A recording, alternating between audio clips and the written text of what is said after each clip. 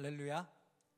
네, 우리 오부 한가족 예배 오늘도 나오신 모든 사랑하는 성도님들을 주님의 이름으로 환영하고 축복합니다. 하나님 우리와 함께 계신 줄로 믿습니다. 할렐루야. 하나님이 우리가 찬송하며 주님을 바라볼 때 우리에게 은혜 또한 주실 것을 믿습니다. 저는 그래서 이 두 가지를 믿고 나아가는 자들은 반드시 상급을 얻을 줄로 믿습니다. 약속하셨잖아요. 하나님께 나아가는 자는 반드시 그가 계신 것과 또한 그가 자기를 찾는 이들에게 상 주시는 이심을 믿어야 할지니라. 사랑하는 성도 여러분, 그래서 이 시간 찬송으로 하나님 앞에 나아갈 때 우리의 마음을 주님께 다시 한번 모아보겠습니다. 여러분, 하나님 여기 계신 거 믿으십니까? 그리고 또한 한 번 더요, 여러분 하나님이 은혜 주실 줄로 믿으십니까? 그분의 은혜가 믿는 자에게 한량없이 아름답게 풍성하게 측량할 수 없이 부어지는 거룩한 밤이 될 것이라고 믿습니다. 우리 그렇게 믿고 기대하시는, 소망하시는 분들, 우리 박수로 주님 앞에, 예 주님, 우리가 그 주님을 신뢰하고 찬양하겠습니다. 우리 함께 영광 돌리며 나아가겠습니다.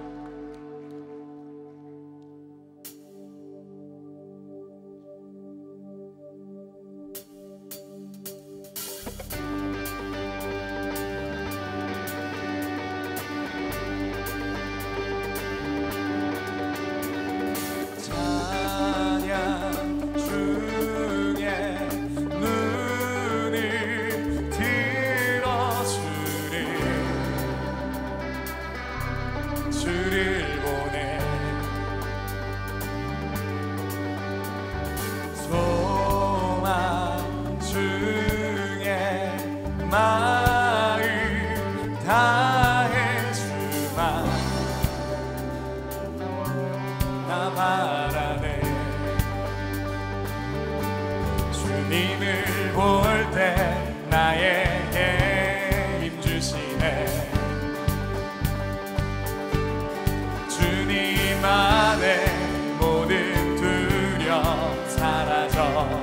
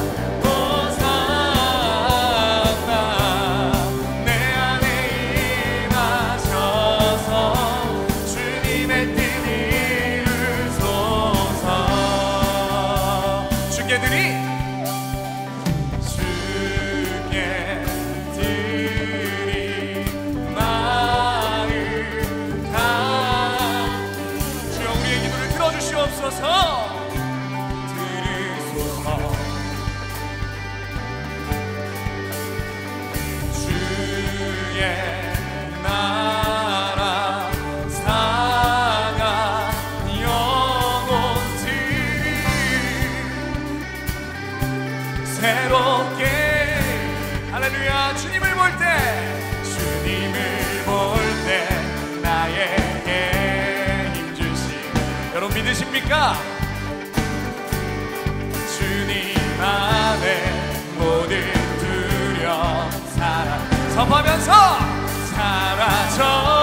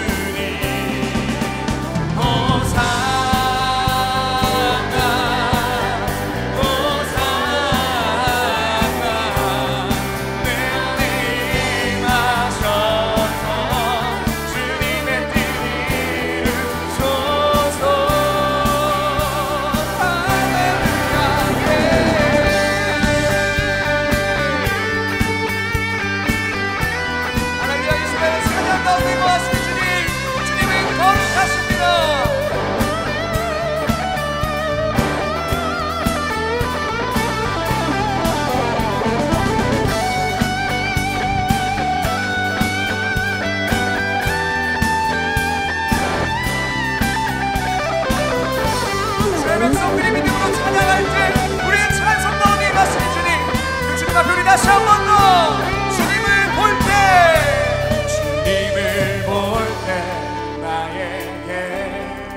주시네. 주님 안에 모든 두려움 사라져. 한 번 더 주님 볼 때에, 주님을 볼 때 나에게 힘 주시네. 아멘.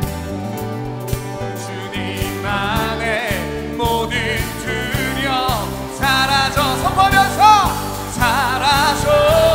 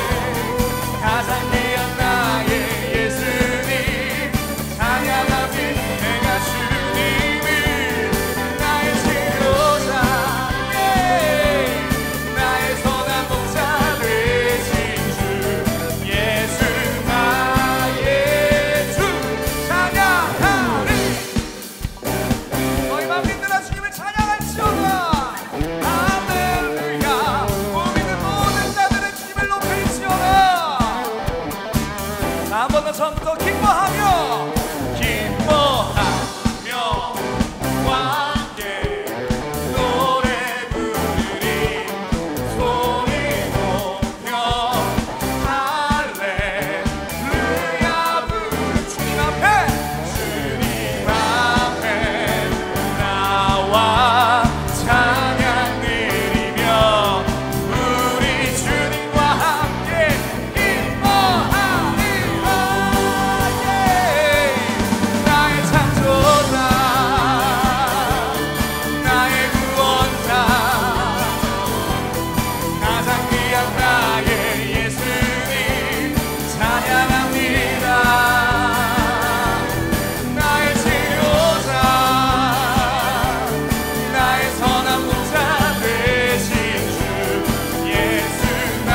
자 여러분이 마지막으로 우리 마음을 다해 한 번만 더 고백하시겠습니다. 나의 창조자 나의 창조자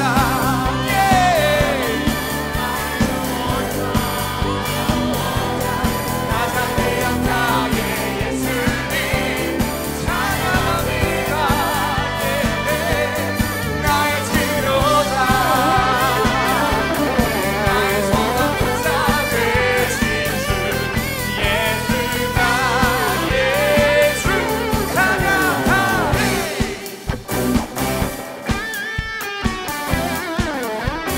우리의 찬송 가운데 나와신 하나님, 오늘의 밤에 우리 가운데 한량한 은혜를 부으실 줄로 믿습니다. 그 주님 앞에 우리가 믿음으로 영광과 감사의 박수 올리겠습니다. 할렐루야. 큰 박수로 주님을 높입니다. 우리가 주님을 찬양하기 결정합니다. 아멘.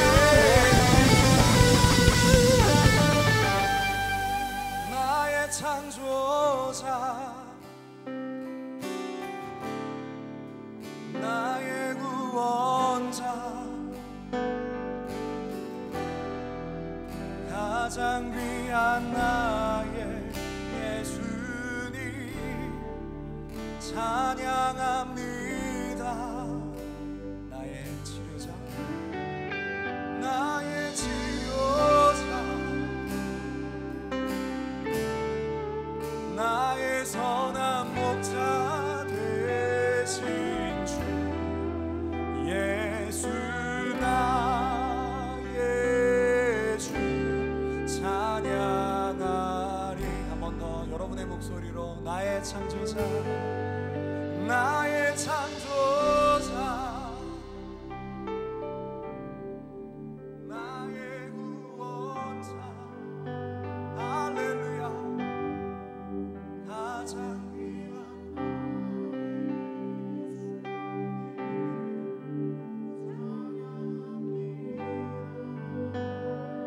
치료자 나의 치료자 나의 선한 목자 되신 주 예수 나의 주 찬양하리.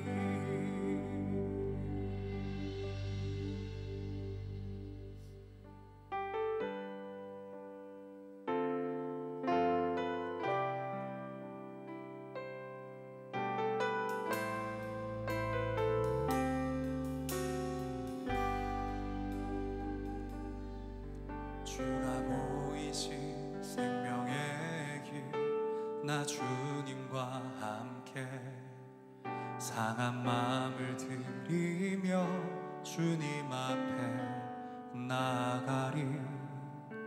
나의 의로움이 되신 주 그 이름 예수 나의 길이 되신 이름 예수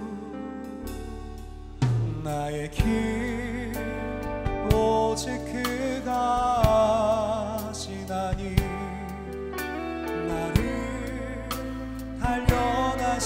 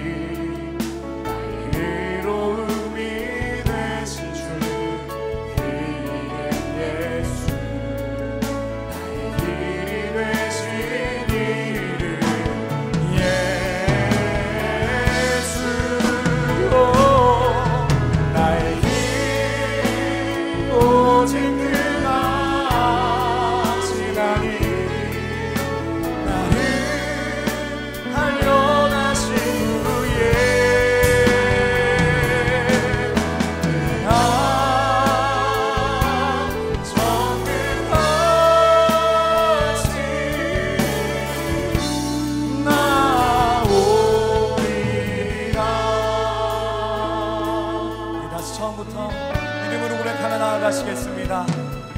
주가 보이신 생명의 길, 나 주님과 함께 상한 마음을 드리며 주님 앞에 나의 의로움이 되신 주,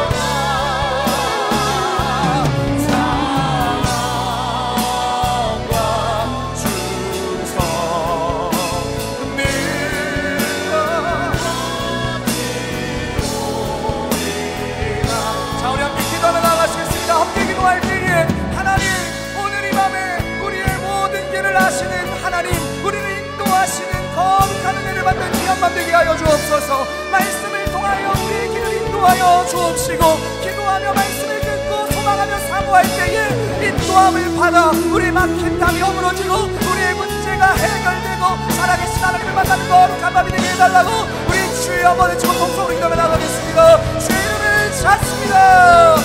주여.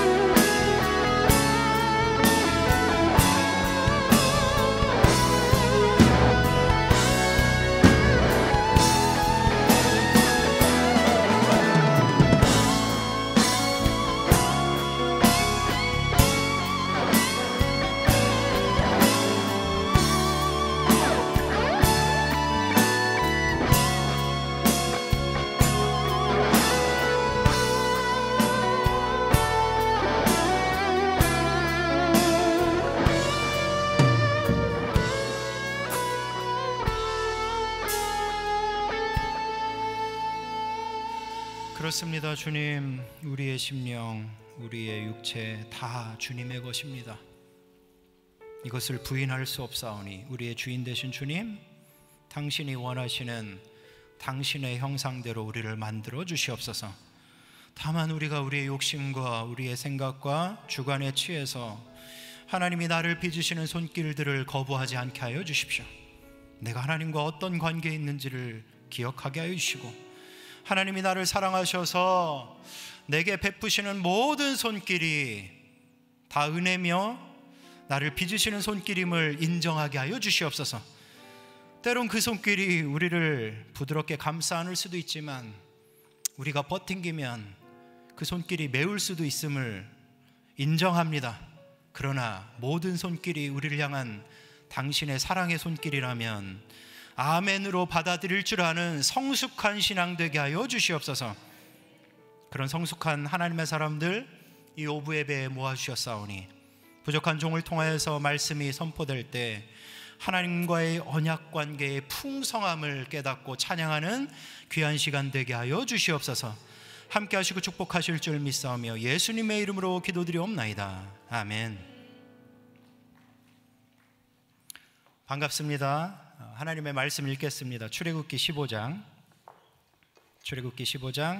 22절부터 27절까지 말씀입니다.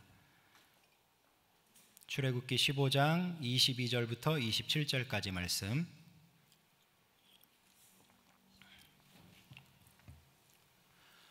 교독하겠습니다. 제가 먼저 22절을 읽겠습니다. 모세가 홍해에서 이스라엘을 인도하매 그들이 나와서 수르 광야로 들어가서 거기서 사흘 길을 걸었으나 물을 얻지 못하고 마라에 이르렀더니 그곳 물이 써서 마시지 못하겠으므로 그 이름을 마라라 하였더라. 백성이 모세에게 원망하여 이르되 우리가 무엇을 마실까 하매 모세가 여호와께 부르짖었더니 여호와께서 그에게 한 나무를 가리키시니 그가 물에 던지니 물이 달게 되었더라. 거기서 여호와께서 그들을 위하여 법도와 율례를 정하시고 그들을 시험하실세 이르시되 너희가 너희 하나님 나 여호와의 말을 들어 순종하고 내가 보기에 의를 행하며 내 계명에 귀를 기울이며 내 모든 규례를 지키면 내가 애굽 사람에게 내린 모든 질병 중 하나도 너희에게 내리지 아니하리니 나는 너희를 치료하는 여호와임이라. 그들이 엘림에 이르니 거기에 물샘 10들과 종려나무 70그루가 있는지라. 거기서 그들이 그 물 곁에 장막을 치니라. 아멘. 오늘 본문에서 하나님은 이스라엘이 쓴 물 때문에 목이 말라서 모세에게 원망하는데 징계를 하시지 않습니다. 보통 우리가 기억하고 있는 이스라엘의 광야 생활은 이스라엘이 무엇 때문이든 하나님께 원망할 때마다 하나님이 뭘 하셨던 기억을 가지고 있죠? 징계하셨던 기억을 가지고 있죠. 그런데 오늘 본문에서 하나님은 그러지 않으신다는 거예요. 하나님은 출애굽기 24장의 시내산에서 이스라엘과 언약을 맺으신 이후로는 이스라엘이 원망할 때마다 징계하셨어요. 그러니까 그 전까지는 총 4번의 원망이 나오는데 하나님이 한마디 대꾸도 안 하시고 그대로 다 들어주셔요. 왜 하나님은 출애굽기 24장의 시내산 언약을 기점으로 이스라엘을 달리 대하셨을까요? 도대체 언약이 무엇이길래 하나님은 이스라엘을 달리 대하신 걸까요? 이 질문에 대한 대답이 오늘 본문을 풍성히 이해하는 데 도움이 됩니다. 그래서 이제부터 이 언약이라는 주제에 대해서 좀 길게 설명드릴까 해요. 이런 긴 설명들이 좀 힘드신 성도님들도 계실 거예요. 하지만 인내하면서 들으시면 오늘 본문뿐만 아니라 성경을 풍성하게 이해하는 데 도움이 되실 거예요. 아멘 해주셔서 감사해요. 다들 벌써 막 아유 저 목사님 이제 시작하려나 보다 이렇게 생각하실 거라고 생각했는데 감사합니다. 언약이 뭔가요? 우리는 성경에서 언약이라는 단어를 수도 없이 발견해요. 그리고 심지어 성경이 구약, 즉 옛언약, 신약, 즉 새언약으로 구성되어 있다는 것을 알면서도 언약이 뭐예요? 라고 물어보면 잘 대답하기 힘듭니다. 일단 이것부터 분명히 해두겠습니다. 언약이라는 주제는 성경의 핵심 주제 중에 하나예요. 제가 생각하기엔 가장 핵심 주제예요. 언약을 알아야 성경을 더욱 핵심적으로 풍성히 이해할 수 있다는 거예요. 이것은 제 말이 아니에요. 주요 신학자들, 특히 우리가 따르고 있는 이 개혁주의 신학자들이 하나같이 입을 모아서 성경의 가장 중요한 주제 중에 하나가 뭐냐? 언약이다 라고 꼽아요. 그렇다면 언약은 무엇일까요? 언약은 피로 맺은 법적 관계입니다. 피로 맺은 법적 관계. 벌써 이 정의가 막 딱딱하고 마음이 막히시죠? 여기서 피로 맺었다는 말은 언약이 피, 즉 생명을 걸고 맺은 관계라는 말이에요. 그래서 출애굽기 24장에 나오는 시내산 언약을 보면 모세가 희생제물을 잡아서 피를 뿌리면서 이렇게 말해요. 이는 너희와 세우신 언약의 피니라. 희생제물의 생명을 취하여서 피를 뿌리면서, 생명을 뿌리면서 이 언약을 세웠다는 거예요. 피라고 하니까 벌써 살벌하게 느껴지시죠? 어떤 분은 언약이 그렇게 좀 살벌하고 딱딱한 것이라면 난 차라리 모를래, 난 성경에서 발견하는 하나님의 은혜와 사랑만으로도 충분해 라고 생각하실 수 있어요. 그런데 그렇지 않아요. 언약은 한쪽의 생명만 거는 관계가 아니에요. 쌍방이 생명을 거는 관계예요. 그렇다면 하나님과 우리의 관계가 언약으로 맺어졌다면 하나님도 생명을 거시는 거죠. 그것을 잘 보여주는 언약이 아브라함 언약이에요. 창세기 15장을 보면 하나님이 이스라엘의 조상인 아브라함과 언약을 맺으실 때 짐승을 반으로 쪼개놓으시고 그 사이를 지나가셨어요. 이게 뭘 의미할까요? 아브라함, 내가 너와 이 언약을 깨뜨리면 이 짐승처럼 내가 반으로 쪼개질 거야. 하나님이 그렇게 맹세하시는 거예요. 하나님은 이 아브라함과 그의 자손인 이스라엘과의 관계에 당신의 생명을 거신 거예요. 아무리 아브라함이 아내를 2번이나 판 연약한 사람이고 이스라엘이 이동할 때마다 원망했던 연약한 민족이라 할지라도 하나님은 그들을 대상으로 당신의 생명을 거셨어요. 이렇게 피로 맺은 언약은 살벌한 게 아니라 그것 자체가 은혜이고 사랑이라는 거예요. 생각해 보세요. 하나님이 우리와 언약을 맺으시고 당신 생명을 걸어서 그 관계를 지키신대요. 이게 얼마나 은혜이고 사랑이에요. 실제로 예수님은 제자들에게 포도주를 나누어 주시면서, 최후의 만찬에서 포도주를 나누어 주시면서 이렇게 말씀하셨죠. 이는 너희를 위하여 흘리는 내 피 곧 언약의 피니라. 괜히 언약의 피라고 말씀하신 게 아니에요. 그리고 나서 뭐 하셨죠? 십자가에 달리셨어요. 정말 하나님은 당신의 생명을 십자가에 걸고 언약을 지키신 거예요. 할렐루야. 이제 피로 맺은 법적 관계라는 말에서 법적 관계라는 말이 뭘 의미하는지 생각해 보겠습니다. 언약은 그냥 지켜지는 게 아니에요. 그 언약 관계를 지키는 울타리가 있어요. 그 울타리가 뭘까요? 바로 율법이에요. 아니 언약 관계를 맺었으면 그냥 서로 사랑하면서 잘 지내면 되는 것 아닌가? 라는 생각이 드실 수 있어요. 그렇지 않아요. 세상에 어느 사랑이 그냥 지켜져요? 그냥 돼요. 부부간의 사랑이 그런가요? 아니죠. 여기 다 결혼하신 분들 계시잖아요. 서로 사랑하니까 그 사랑을 지키기 위해서 서로가 정절을 지키는 법, 서로를 존중하고 배려하는 법, 살림과 육아를 함께하는 법들을 만들고 지켜나가잖아요. 이런 법의 울타리 안에서 부부의 사랑이 지켜지는 것이죠. 하물며 하나님과 인간의 관계겠어요. 하나님이 이스라엘과 언약을 맺으시고 율법을 주신 이유는 율법으로 너희들 한번 골탕 먹어봐라, 못 지킬 때마다 내가 회초리야, 이렇게 얽어매시려고 하시기 위함이 아니에요. 그 율법으로 하나님을 사랑하도록 하기 위해서였어요. 사실 율법 그 자체가 사랑의 법이에요. 우리가 잘 아는 것처럼 율법의 요약이 뭐죠? 10계명이에요. 그리고 10계명을 두 마디로 요약하면 뭐가 되죠? 하나님 사랑, 이웃 사랑이 돼요. 따라서 하나님과 우리의 관계가 법적 관계라고 말하는 것은 곧 사랑의 관계라고 말하는 것과 다를 바가 없어요. 그럼에도 불구하고 법이라는 이 딱딱한 용어를 사용하는 이유는 하나님과 우리의 사랑이 울타리가 없는 사랑이 아니기 때문에 그래요. 자, 우리 서로 사랑하니까 마음껏 사랑하자, 이게 아니기 때문에 법이라는 딱딱한 용어를 쓰는 거예요. 이제 왜 하나님이 시내산 언약까지는 이스라엘이 원망해도 징계하지 않으셨는지 알 수 있어요. 왜 그럴까요? 아직 이스라엘과 정식으로 언약 관계를 맺지 않으셨기 때문에 그래요. 아직 이스라엘은 언약도 그 안에 들어있는 율법도 잘 모르는 상태예요. 이제 출애굽해서 홍해 한번 경험하고 이제 가나안 땅 걷기 시작했잖아요. 그런 이스라엘에게 하나님이 너희들이 나와 피로 맺은 법적 관계를 모독하는구나, 잘못했으면 맴매도 맞아야지 라고 하지 않으셨다는 거예요. 하지만 하나님은 시내산 이후에서는 이스라엘이 잘못할 때마다 징계하셨다고 그랬죠.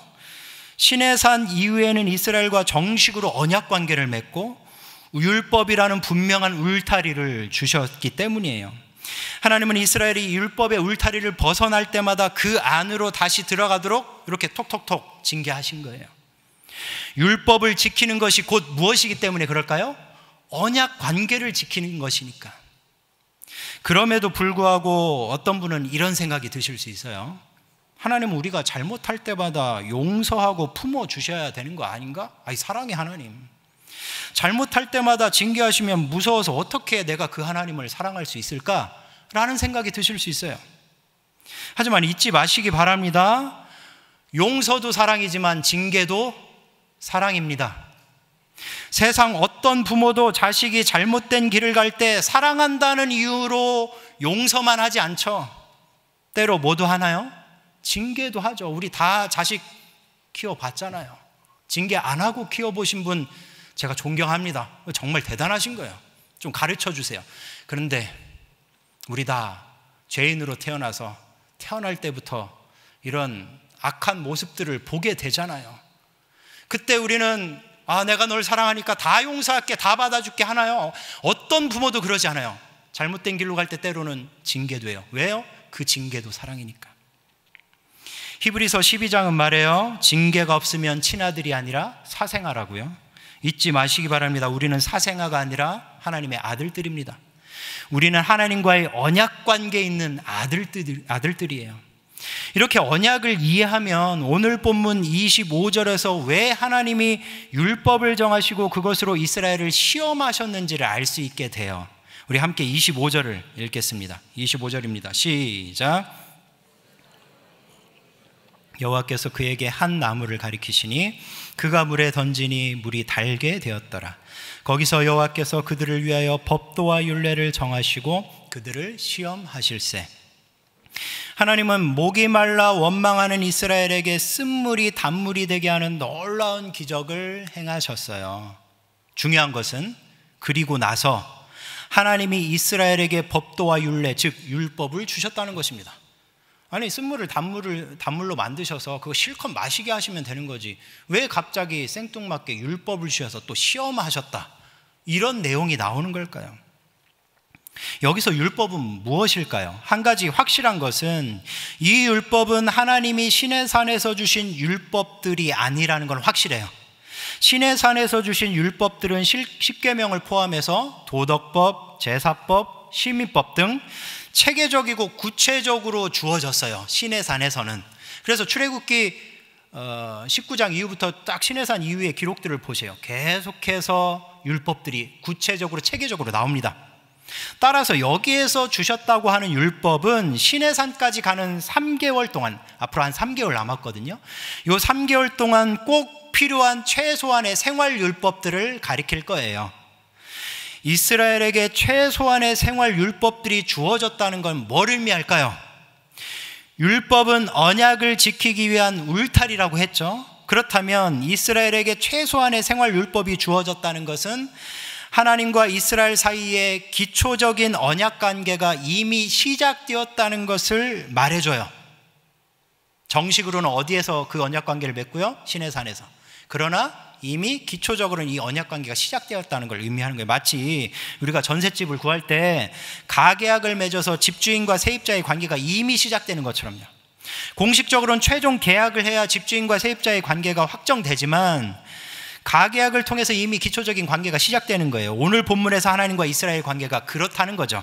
자, 그렇다면 하나님이 오늘 본문에서 주신 최소한의 이 생활율법은 그것 자체가 언약 관계의 시험이 됩니다. 그것 자체가 이미 관계의 시험이에요. 율법은 언약 관계를 지키기 위해서 주어진 것이라고 제가 몇 번 말씀드렸죠. 따라서 율법에 순종하느냐 마느냐, 곧 언약 관계를 율법에 순종하느냐 마느냐는 곧 언약 관계를 지키느냐 마느냐에 대한 시험이 된다는 거예요. 이해가 되시죠? 26절이 바로 그것을 말하고 있어요. 우리 함께 26절을 읽겠습니다. 시작. 이르시되 너희가 너희 하나님 나 여호와의 말을 들어 순종하고 내가 보기에 의를 행하며 내 계명에 귀를 기울이며 내 모든 규례를 지키면 내가 애굽 사람에게 내린 모든 질병 중 하나도 너희에게 내리지 아니하리니 나는 너희를 치료하는 여호와임이라. 아멘. 이 말씀은 한마디로 압축하면 구약 성경에서 수도 없이 발견되는 너희가 율법에 순종하면 내가 이러한 복을 주리라는 말씀이에요. 이 말씀은 구약 성경에서 축복 공식으로, 복의 공식으로 종종 자주 등장해요. 너무 익숙하게 등장해요. 우리가 방금 26절 읽으면서 이거 뭔가 익숙하다 싶잖아요. 구약에서 너무 흔한 구절이니까. 그런데 우리가 염두해야 될 것은 구약 성경에는 그 반대인 징계 공식도 등장한다는 거예요. 요 구절을 그대로 뒤집으면 징계 공식이에요. 너희가 율법에 불순종하면 내가 이러이러하게 징계하리라. 이 공식도 구약에 계속해서 등장해요. 복과 징계. 구약 이야기는 거의 이 두 공식을 바탕으로 이야기가 진행이 돼요. 따라서 이스라엘은 지금 최소한의 이 생활 율법을 통해서 시험을 치르는 거예요. 무슨 시험일까요? 언약 관계의 시험. 이스라엘은 율법을 지키면 언약의 복을 받게 될 거예요. 약속하셨잖아요.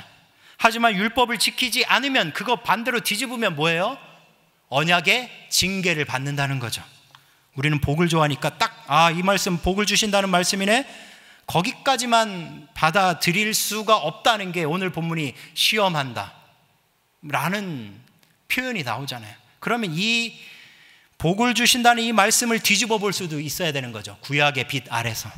자, 그런데 성도님들 어떠세요? 지금까지 들었던 이 언약과 율법의 관계, 그리고 율법을 통한 언약 관계의 시험, 그리고 그에 따른 축복과 징계, 제가 지금까지 다 말씀드린 것들이잖아요. 이런 내용들이 얼마나 마음에 와닿으세요? 이런 내용들이 신약시대를 사는 우리에게는 그리 잘 와닿지 않을 수 있어요. 그것은 구약의 이스라엘에게나 해당되는 주제들이지, 그런 것들은 우리에게, 신약을 사는, 은혜의 시대를 사는 우리들에게는 해당되지 않는다라고 느낄 수 있다는 거예요. 왜 그렇게 느낄 수 있을까요? 우리가 율법으로부터 해방된 존재라고 생각하기 때문에 그래요. 구약의 이스라엘 백성은 율법에 매여 있었지만 우리는 예수님을 믿음으로 율법에서 해방되었다는 것이죠. 어떻게 생각하세요? 정말 우리는 율법에서 해방되었나요? 이 질문에 만약 그렇다라고 대답한다면 그 즉시 우리가 지금까지 저와 함께 성도님들이 생각해온 언약과 언약의 개념과 충돌해 버려요. 몇 번이나 말씀드렸듯이 언약은 율법을 포함하고 있다고 그랬잖아요. 언약 관계를 지키는 조항으로서 율법이 주어졌다고 말씀드렸잖아요. 따라서 우리가 하나님과의 언약 관계에 있는 것이 확실하다면 언약 안에 포함된 율법에 우리가 매여 있는 것도 확실하다는 거예요. 그런데 왜 우리는 예수님을 믿음으로 율법에서 해방되었다, 그리고 신약성경 특히 바울 서신을 보면 끊임없이 우리가 율법에서 자유하다라고 말하잖아요. 왜 그렇게 말을 할까요? 이 질문을 풀지 못하면요, 극단적인 경우에는 구약을 무시할 수 있어요. 구약 아무 상관없어 우리랑. 그건 율법에 매여있던 이스라엘 백성들에게나 관계된 말씀이고 우리는 신약이면 충분해. 그래서 그런지 현대 교회에서 구약 설교, 특히 언약과 율법에 대한 설교는 거의 찾아보기 힘들어요. 저는 진짜 많이 못 들었어요. 언약과 율법이 성경 전체를 관통하는 핵심 주제인데도 불구하고 없다는 거예요. 자, 그렇다면 다시 질문으로 돌아가 봅시다. 왜 우리는 예수님을 믿음으로 율법에서 해방되었다고 말할까요? 성경이 우리가 율법에서 해방되었다라고 말할 때는 두 가지를 의미해요. 첫 번째, 성경이 말하는 율법에서의 해방은 율법 자체가 아닌 율법의 저주에서의 해방이에요. 율법의 저주에서의 해방.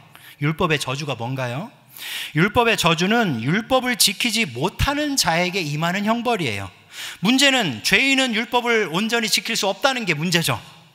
그런데도 불구하고 신약의 유대인들, 예수님과 늘 대척점에 있었던 이 바리새인들을 대표로 하는 이 유대인들은 율법을 완전히 지켜 의롭다 여기심을 받으려고 했죠.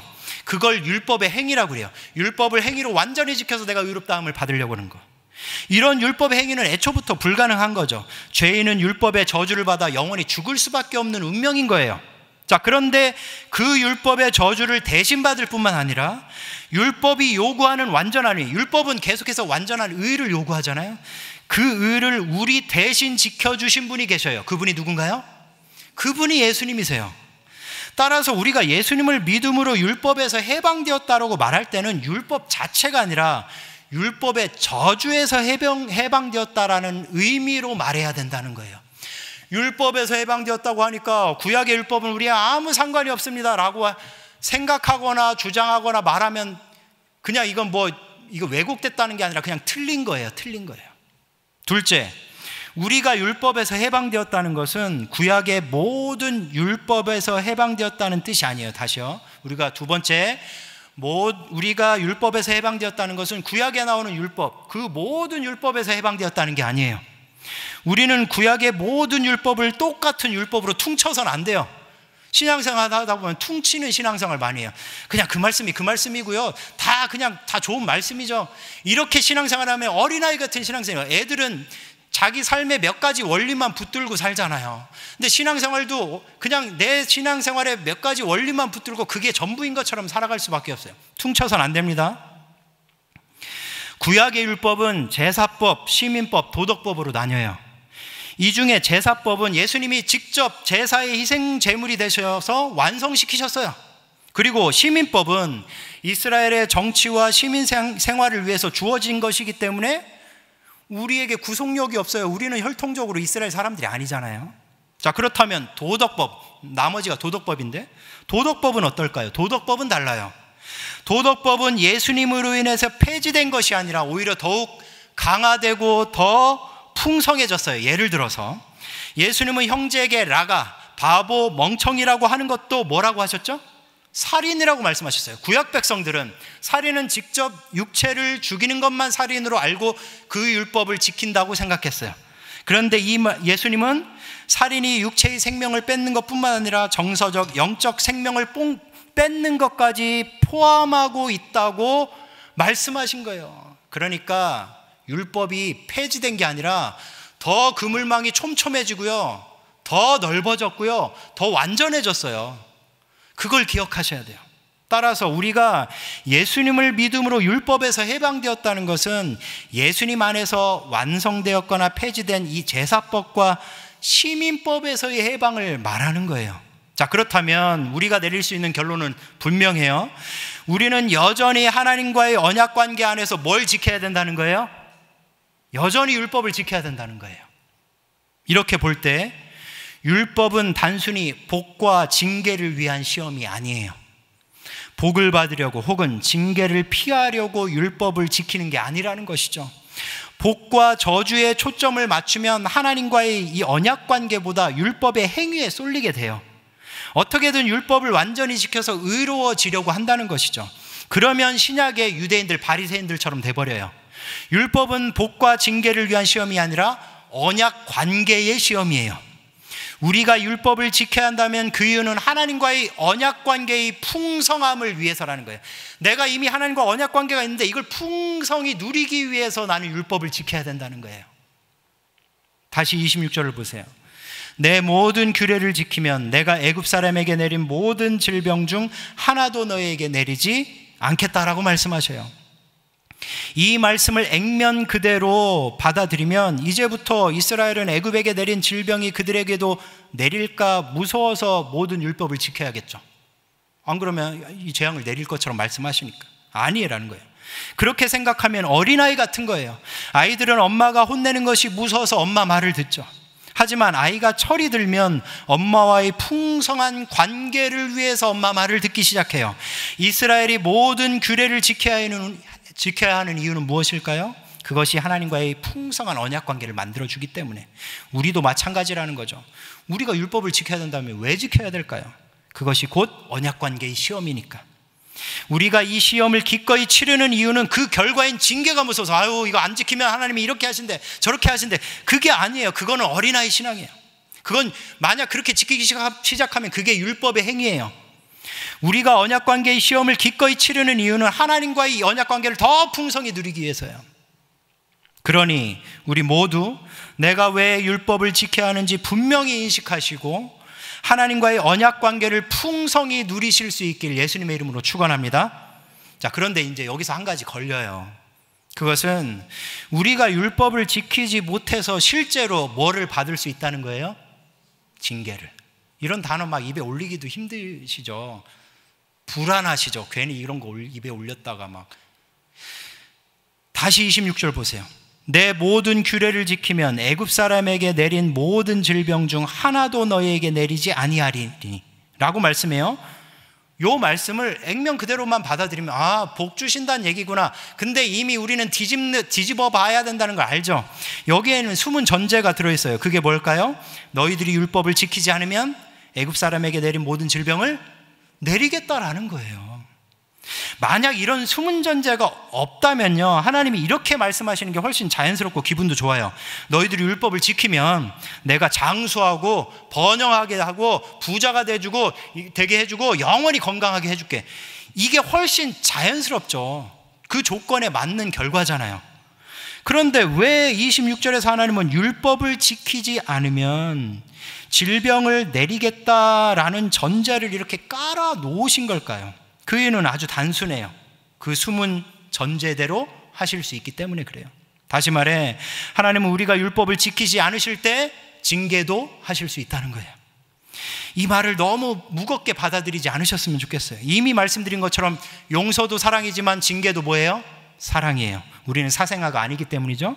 하지만 징계 자체가 아프고 괴로운 건 어쩔 수 없죠. 하나님께 징계 당해보신 적 있으세요? 저는 당해봤어요. 제가 지금까지 44평생 하나님 믿으며 살며 하나님과 언약관계 속에서 징계를 안 받아봤겠어요? 안 받으면 이상한 거죠. 받아봤어요. 상당히 아프고 괴롭더라고요. 그러다 보니 아무리 율법이 언약관계의 풍성함을 위해 주어졌다 하더라도 우리가 그것을 지키는 일은 상당히 부담스러울 수 있어요. 징계를 당하면 아픈 건 확실하니까. 하지만 너무 걱정하지 않으셔도 좋습니다. 하나님의 마지막 한마디가 남아있어요. 우리 다시 26절 마지막 부분을 보세요. 나는 너희를 뭐하는 여호와라? 치료하는 여호와라. 이 마지막 한마디는 연약해서 징계를 당할 수도 있는 우리에게 엄청난 소망이에요. 그리고 위로가 돼요. 생각해 보세요. 우리는 율법을 온전히 지키기에는 애초부터 연약해서 끓는 사람들이에요. 사실 우리가 어떻게 율법을 완전히 지키겠어요? 신약의 바리새인들은 완전 잘못된 생각에 빠져 있던 거죠. 만약 하나님이 우리가 율법을 지키지 못할 때마다 징계만 내리시고 치료해 주시지 않는다면 우리는 어떻게 될까요? 우리는 어린아이처럼 그 징계를 감당하지 못하고 쓰러질 수 있어요.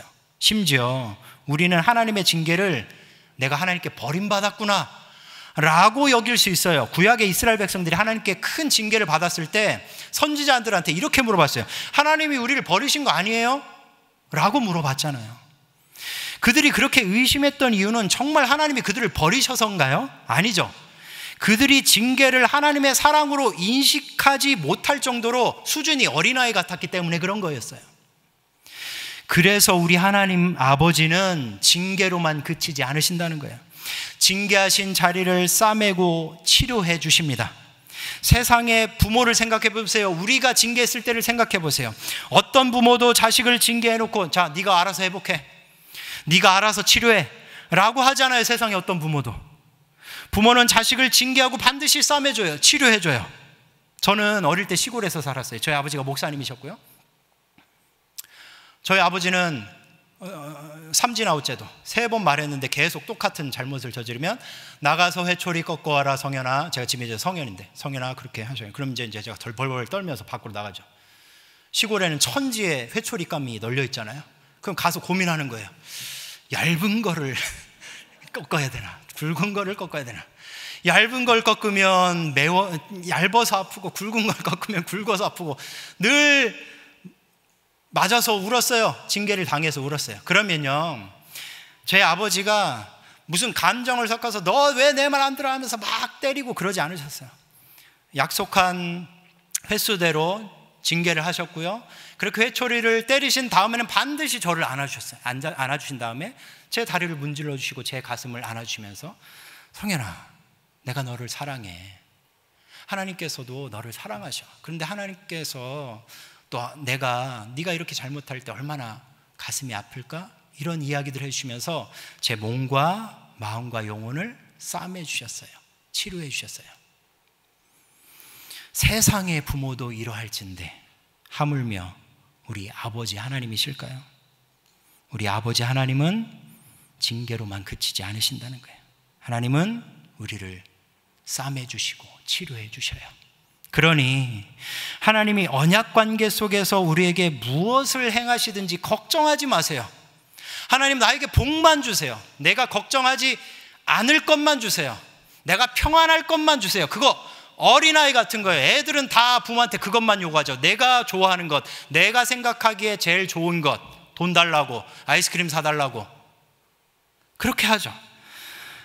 하나님이 언약관계 속에서 우리에게 뭘 행하시든 걱정하지 마시라는 거예요. 그것이 따뜻한 용서이든 아픈 징계이든 다 우리와의 언약관계에서 신실하신 하나님의 사랑의 행위라는 거예요. 그러니 감사하시기 바랍니다. 때로 우리를 징계하셔서라도 우리와의 언약관계를 포기하지 않으시는 하나님께 감사하세요. 그리고 또 감사하세요.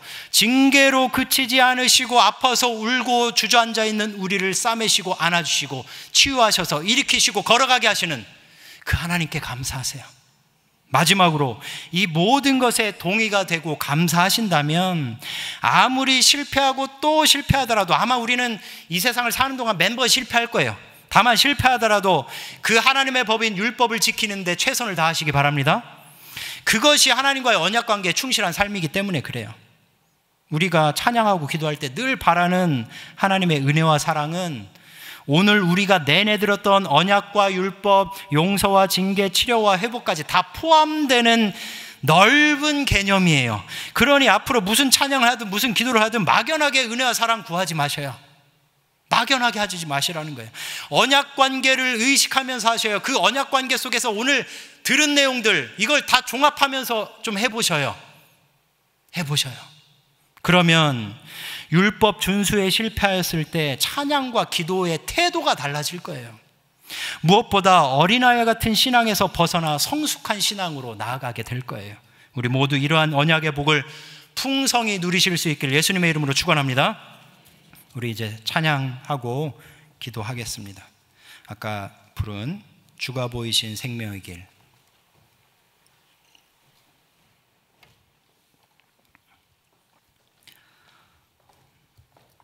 이 찬양은 욥의 고백이죠. 욥이 하나님과의 언약 관계에서 이해를 할 수 없었어요. 내가 왜 이런 고난을 당해야 되는가. 그리고 끝내 하나님을 원망했죠. 하나님을 원망했어요. 그런데 나중에 하나님 앞에 섰을 때 자신이 얼마나 어리석고 어린아이 같았는지를 고백하면서 하나님의 은혜를 찬양했어요. 근데 중요한 건 뭔지 아셔요? 욥은 끝까지 자기가 왜 시험 당했는지를 몰랐다는 거예요. 하나님이 안 가르쳐 주셨어요. 천상에서 하나님과 사탄의 무슨 대화가 있었는지 안 가르쳐 주셨다는 거예요. 우리도 모르고 뭔가를 당할 수 있어요. 끝까지 알 수도 없어요. 중요한 건 우리가 뭘 당하든지 간에 우리가 하나님과의 언약 관계에 있다면 그것이 따뜻한 용서이든 아픈 징계이든지 간에 하나님의 신실한 사랑의 행위라는 거예요. 이것만큼은 확신하셨으면 좋겠어요. 우리 이 시간 이 찬양을 부르면서 그 확신을 가지고 나아갔으면 좋겠습니다.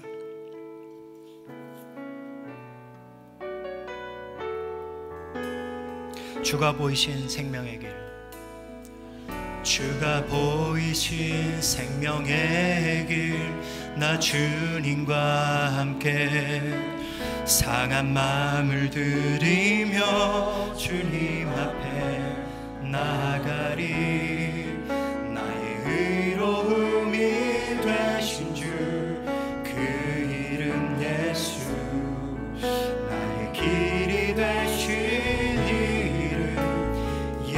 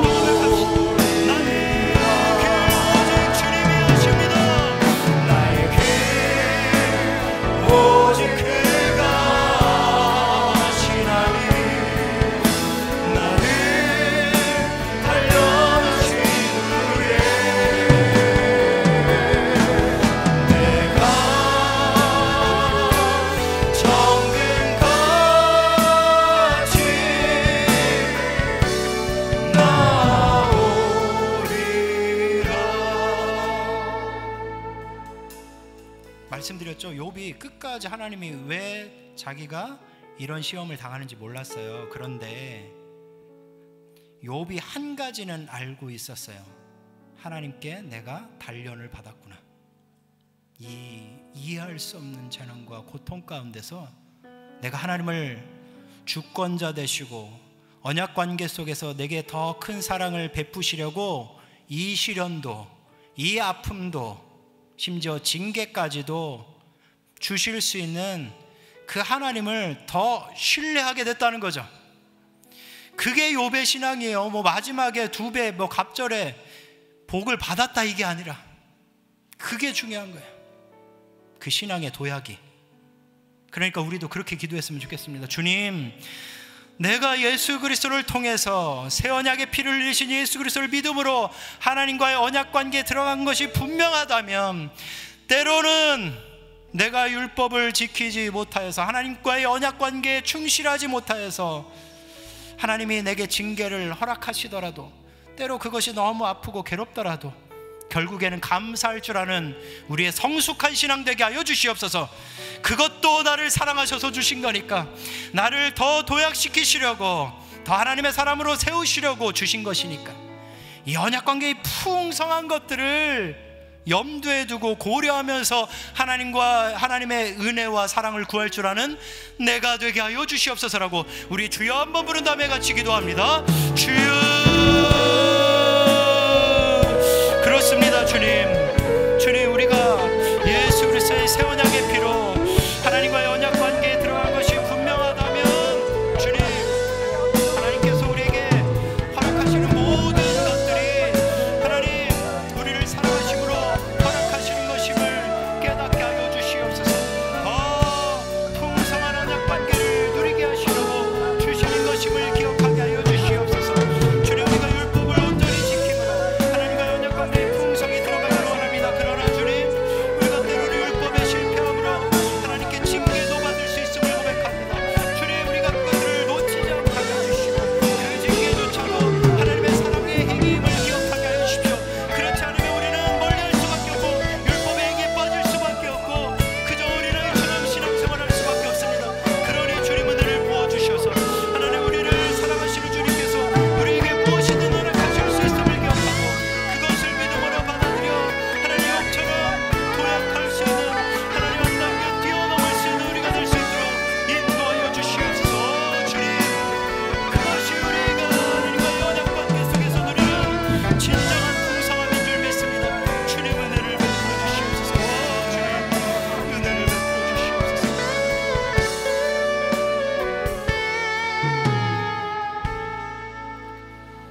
한 가지만 더 중보하면서 기도할 때요, 제가 목사잖아요.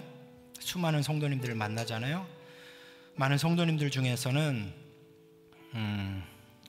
그 함부로 판단할 수 없겠죠. 이게 하나님의 징계인지 아닌지를 스스로 신앙 양심이 깨어있다면 알 수 있겠죠. 중요한 건 어떤 시험에 걸려서 그 시험 때문에 믿음이 도약하는 것이 아니라 이렇게 후퇴하고 주저앉아 있고 깨어져 있는 모습들을 보게 됩니다. 이 시간 혹시 내가 사랑하는 사람들 중에, 지체들 중에 그런 분들이 계신다면 떠올리시면서 그를 위해서 기도하셨으면 좋겠어요. 우리가 기억하는 것처럼 주님은 징계하실 뿐만 아니라 치료하시고 싸매시죠. 다시 일으켜 세우시죠. 걷게 하시죠. 하나님과 언약 관계 속에서 계속 들어가서 그 풍성함을 누리게 하시죠. 그러니 주님, 그를 긍휼히 여겨주셔서 싸매주시고 회복시켜 주셔서 하나님과의 언약관계의 풍성함에 다시 들어갈 수 있는 그가 되게 하여 주시옵소서.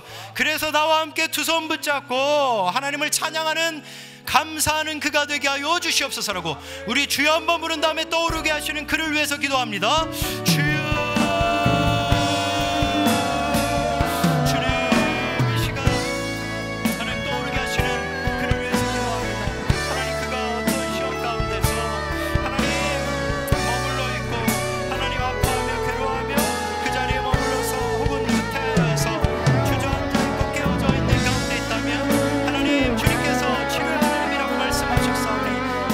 주시고 주님 회복시켜 주시고 일으켜 세워 주시고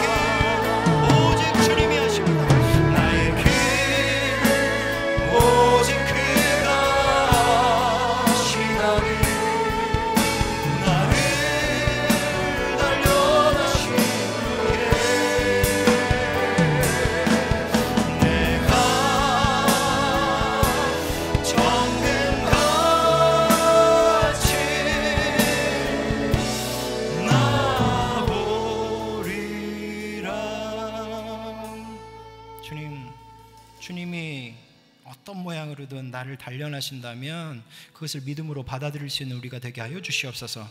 그 단련조차도 때론 징계조차도 우리와의 언약 관계에 신실하셔서 당신의 생명을 거신 하나님의 사랑의 행위이기 때문인 줄 믿습니다. 이것을 잃어버리면 우리는 율법의 행위에 들어가든지 그저 퉁쳐서 신앙생활 하든지 둘 중에 하나밖에 없을 텐데, 주님 기억하게 하여 주십시오. 우리는 어린아이 같은 신앙에 머물지 않게 하여 주십시오. 언약관계의 풍성함을 누리기 위해서 율법 지킴에, 율법 준수에 최선을 다하는 우리가 되게 하여 주시옵소서. 그러나 우리가 연약한 거 주님이 아십니다. 우리가 얼마나 연약한지 하루에도 주님이 주신 수많은 율법, 수많은 말씀들을 어겨가면서 살고 있습니다. 그때마다 주님이 양심의 괴로움으로, 내가 잘못한 것으로 인해서 주변에게 상처 준 것으로 인해서 나를 채찍질하시고 징계하실 터인데, 그러면 곧바로 깨닫고 주님의 치료하심, 회복하심을 바라보게 하여 주시옵소서. 다행히도 우리의 아버지 하나님은 우리를 사랑하셔서 곧바로 싸매주시고 치료해 주시는 줄 믿습니다. 그 주님을, 그 아버지를 의지합니다. 또 우리가 살아가는 사람들 중에 혹여나 주저앉아 있는 지체들이 있다면 주님, 나와 함께 치료의 하나님 앞으로 나오게 하여 주시옵소서. 싸매고 곱히시는 주님께서 일으켜 세우시는 것을 경험하고 둘이 함께 펄쩍 뛰며 하나님과의 언약관계의 풍성함을 누리는 우리 모두 되게 하여 주시옵소서. 이제는 예수 그리스도의 은혜와 하나님의 크신 사랑과 성령님의 교통하심이, 하나님이 당신의 생명을 걸고 새 언약의 피를 뿌리셔서 우리와의 언약관계를 만들어주셨다면, 우리도 우리의 모든 것을 다해서 이 언약관계의 풍성함을 누리기 위하여 최선으로 하나님의 법인 말씀을 따라 살되 그것을 지키되, 우리가 연약하고 부족한 건 너무나 잘 아니까 주여 우리를 긍휼히 여기시고 싸매주시고 고치시는 것을 경험하여서 늘 하나님과의 언약관계의 풍성함을 누리길 간절히 소망하고 있는 여기 계신 모든 하나님의 언약의 백성들 위해 이제로부터 영원토록 함께 있을지어다. 아멘. 이는 세상에 나가 거룩한 길